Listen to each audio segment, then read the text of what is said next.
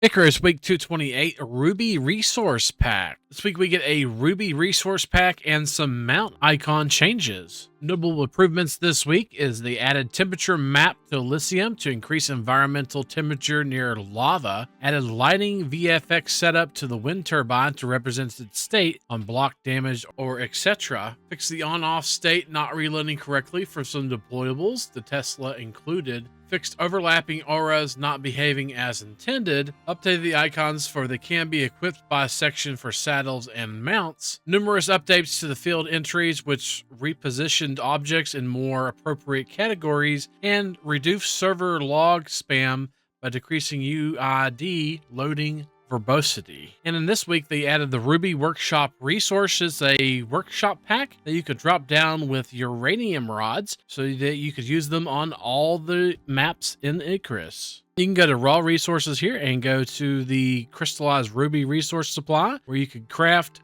50 crystallized ruby. It does require 30 uranium rods to research and 350 Ren and 25 uranium rods to craft. And you could drop this down on any map that you want to. This week they added the can be equipped by icons. When hovering over certain items, you can sometimes see a section titled can be equipped by, and then a list of items which are supported. A common point of this confusion was how they were representing the icons on many different mounts and the readability of those icons. In this week's update, they completely changed the icons into what they believe are far more readable ones. Keen-eyed prospectors may recognize these icons from the talent tree icons, so there is an inherent connection players will hopefully have to assist in the readability of the system.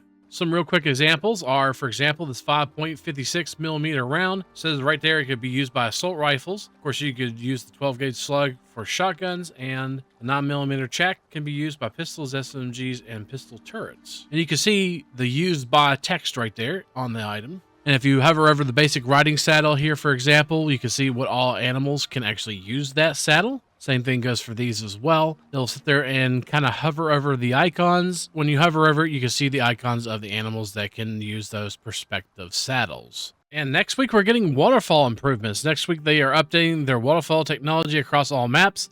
This upgrade will improve the visual quality of waterfalls and also optimize their performance costs. And this is the part of the video where we go over the changelog. We're going to check and see if there's anything quite important in there. And if there is, we're going to let you know about it. They fixed the Tesla coil from not remembering its active state when reloading the game, which is pretty good. The speeder bike is no longer apparent for juvenile creatures. Under the future content section, they're mentioning lots of things about the legendary chainsaw. Hopefully it's coming soon. And a mention of a rad boss, Sandworm Queen bronze statue. And that's really about it for this changelog.